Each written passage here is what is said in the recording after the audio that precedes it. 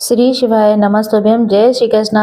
बैसाख महीने का सोमवार है, 13 अप्रैल 2026 को। इसी दिन एकादशी का व्रत भी रखा जाए। आप सभी के लिए ये दिन बहुत ही शुभ और मंगलमय हो, ऐसी मैं प्रभु से प्रार्थना करती हूँ। सोमवार के दिन एकादशी होती है तो किसी चमत्कार से कम नहीं होती। अगर आप व्रत करते हैं तो उत्तम है, और नहीं भी कर पाते हैं तो अपने घर पर रह के इन सरल कार्यों को जरूर से कर लेना चाहिए। सबसे पहले एकादशी को अगर आप 13 तारीख को व्रत करें तो 14 अप्रैल 2026 को अपने व्रत को खोलें। व्रत खोलने का शुभ समय 6:54 से 9 बजे के आसपास तक रहेगा। इस समय अगर आप व्रत खोलते हैं तो बहुत ही अच्छा रहेगा। अपने घर पर रहकर कुछ श्रेष्ठ कार्य पितरों को सुख देंगे करेंगे तो अपने घर के सभी सदस्यों के भाग्य को उदित करने के लिए बहुत ही विशेष दिन है। कैसे करना है, किस स्वरूप में करना है, वीडियो के अंत तक बने रहें। खास करके घर की महिलाएं अगर सोमवार के दिन कोई कार्य करती हैं तो पूरे परिवार की नवग्रहों की दशा सुधर जाती है। नवग्रह महादेव के आसपास 9 ग्रह विराजमान है, इससे पितृ देवता भी प्रसन्न हो जाते हैं। जो भी एकादशी के दिन सत्कर्म करते हैं तो पूरा वीडियो सुनिएगा।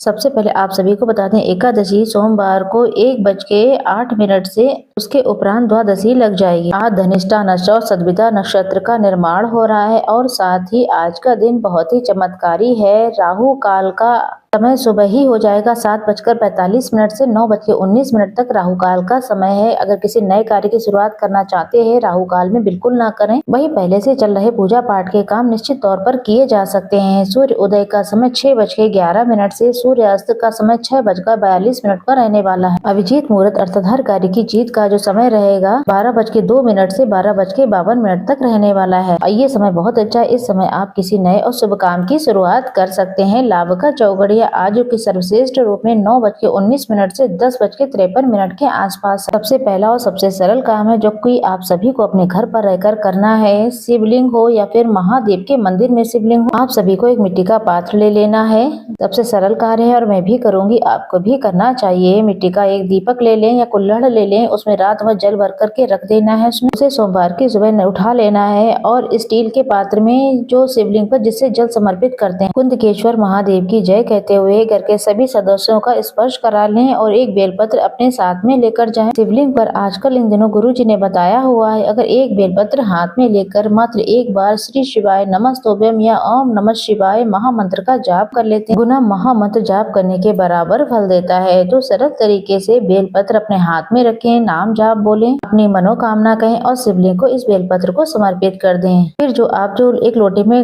मिट्टी के पात्र का जो जल लेकर गए हैं कुंदकेश्वर नाम का घर के स्पर्श करा करके वह सरल तरीके से शिवलिंग पर समर्पित कर दें। इस चढ़े हुए जल को थोड़ा सा प्राप्त कर ले, अपने मस्तक पर लगाएं, इसका घर पर आकर इसका छिड़काव करें। बहुत ही सरल उपाय है, आप बहुत आसानी से इसे कर सकते हैं। एकादशी है तो ये उपाय भी आप कर ही लें, जो कि आप अपने घर के मंदिर में कर सकते हैं। जैसा कि इस महीने में आंकड़ा, बड़, पीपल, बेलपत्र सींचने का बहुत ही अधिक महत्व होता है, तो कोई ना कोई आप जो है वृक्ष को जरूर से सिंचित करें। वृक्ष में जो है कच्चा दूध समर्पित करें, दीप दान जरूर से करें। इसके साथ साथ एकादशी है, सरल विधि से अपने घर के दरवाजे पर हरिहर के नाम से अर्थात महादेव और शिव नारायण का ध्यान करते हुए आप दीपक जरूर लगाएं। दीपक में काला तिल डालें, सूर्य भगवान को जल चढ़ाएं, तुलसी में सिर्फ दीप दान करें, इस बात का ध्यान रखेंगे। तुलसी में एकादशी के दिन जल नहीं चढ़ाया जाता है। पूजा में चावल का प्रयोग नहीं किया जाता है। एकादशी के दिन जो है साबुन शैम्पू लगाकर बाल ना धोएं, सादी पानी से ही बाल धोएं और हरि नाम कीर्तन का ज्यादा से ज्यादा जाप करें। भले ही आप व्रत करें या ना करें, घर में तामसिक चीजों का प्रयोग बिल्कुल नहीं करना है, इस बात का आप विशेष तौर पर ध्यान रखें। और आप अपने घर के मंदिर में शिव और नारायण की साथ में पूजा करें। ओम नमो भगवते वासुदेवाय, श्री शिवाय नमस्तुभ्यम महामंत्रों का जाप आपका भाग्य प्रबल कर सकता है। अपने घर के मंदिर में विधि विधान से पूजन करें। शिवलिंग पर जो जल चढ़ाते हैं एकादशी के दिन गुरुजी कहते हैं सरल तरीके से उसमें थोड़ा सा गंगा जल मिला लीजिए। गंगा जल मिलाने के बाद 3 बार स्वधा स्वधा स्वधा ये शब्द जरूर बोलें और स्वधा स्रोत का पाठ करके किसी शिव मंदिर में जल चढ़ाना या घर के मंदिर में जल चढ़ाना इस एकादशी के दिन आपका भाग्य प्रबल कर सकता है। तो यह कार्य आप करें जरूर से। साथ ही साथ सरल विधि से सरल नियमों के तहत अन्य उपाय भी कर सकते हैं। आपके घर में बड़ हो, आंवला हो, पीपल हो तो इन पवित्र वृक्षों के नीचे पार्थिव शिवलिंग बना लें। जैसे कि संतान प्राप्ति के तहत अगर करना चाहते हैं तो दूध उसमें मिला लें मिट्टी में, नहीं तो अपने घर के मटके से जल मिला लें लें और अपनी जो भी कामना है, पुत्र विवाह, नौकरी, रोग, कर्ज, जो भी दिक्कत परेशानी है, तो इस तरीके से आप वैशाख के महीने में पार्थिव शिवलिंग बना करके पूजन कर लेते हैं, तो ये एक चमत्कारी से स्वरूप से कम नहीं होगा। वैशाख महीने में किया गया सत्कर्म आपका भाग्य प्रबल कर सकता है। इसके साथ साथ गुरुजी कहते हैं वैशाख के महीने में अभिशमी का पत्ता, आंकड़े का फूल शिवलिंग पर चढ़ा दिया जाए तो 9 ग्रहों की दशा सुधर जाती है और सौभाग्य बढ़ता चला जाता है। ये कार्य जरूर से कर लें। आपके घर में जो श्री नारायण का विग्रह स्वरूप है, शंख में कच्चा दूध भर के उसमें तुलसी पत्र रखकर ओम नमो भगवते वासुदेवाय नमो नमः कहते हुए शंख में रखा हुआ कच्चा दूध श्री नारायण स्वरूप हो, लड्डू गोपाल स्वरूप हो, उनको स्नान कराएं। उस शंख में भरे हुए कच्चे दूध से जिसने आपने स्नान कराया है, उसे थोड़ा सा प्राप्त करके प्रसाद के स्वरूप में चरणामृत रूप में ग्रहण करते हैं तो शारीरिक, मानसिक, आर्थिक संकट, कष्ट, बंधनों से मुक्ति मिलती है। अपने घर में सर्वश्रेष्ठ दिन में आप सरल विधि से, सरल नियमों के तहत जो तुलसी की लकड़ी होती है उसका दीपक जरूर से लगा। तुलसी की लकड़ी को घिसकर हरी चंदन बना लें। आप उससे लड्डू गोपाल श्री नारायण का विग्रह स्वरूप है उन्हें श्रृंगारित कर, तो यह कार्य किसी चमत्कार से कम नहीं होता। इसके साथ साथ सरल विधि के और सरल नियमों के बाद आप अपने घर पर जो शिवलिंग है उनके लिए आप एक उपाय और करें।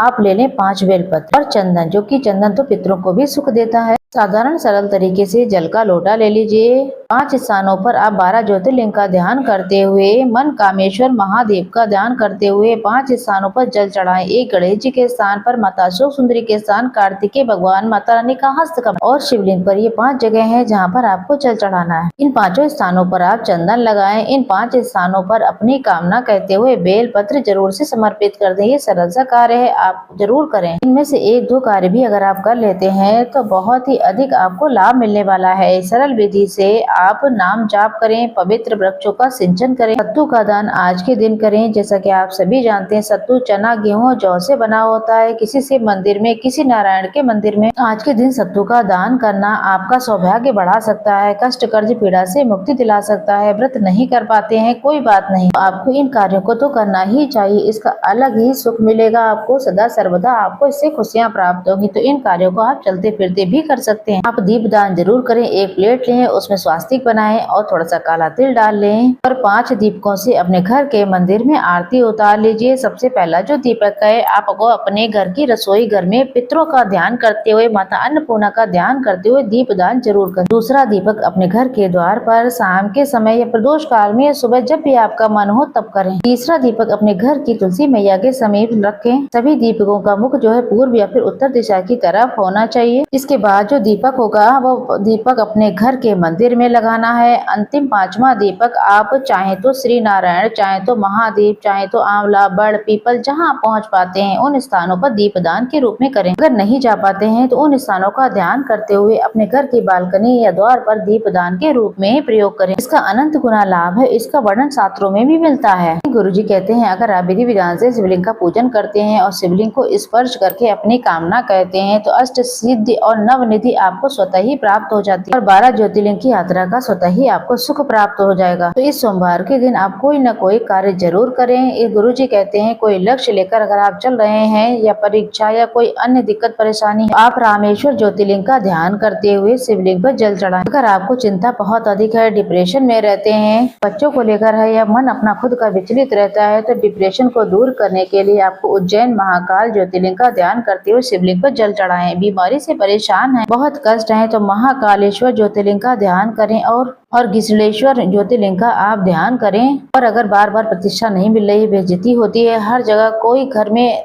सम्मान नहीं करता है, बाहर ताने घर में ताने, तो त्र्यंबकम ज्योतिर्लिंग का आपको ध्यान करना चाहिए। आप सभी लोग कमेंट बॉक्स में हर हर महादेव 12 ज्योतिर्लिंग का ध्यान करते हुए अवश्य लिखें। अगर पेट या फिर उधर से संबंधित कोई दिक्कत परेशानी है, शारीरिक कष्ट है तो बैजनाथ ज्योतिर्लिंग का ध्यान करें और भीमा शंकर ज्योतिर्लिंग का आपको ध्यान करना चाहिए। साथ ही साथ अगर कोई अन्य परेशानी है, जो नेत्र विकार है, घाव इत्यादि हो गए हैं तो केदारनाथ ज्योतिर्लिंग का ध्यान करें। नेत्रों से संबंधित कोई सोमनाथ ज्योतिर्लिंग का आपको ध्यान करना चाहिए। इस तरीके से कोई न कोई श्रेष्ठ कार्य आप जरूर करें। दीप दान करें, नाम जाप करें, श्री नारायण की भक्ति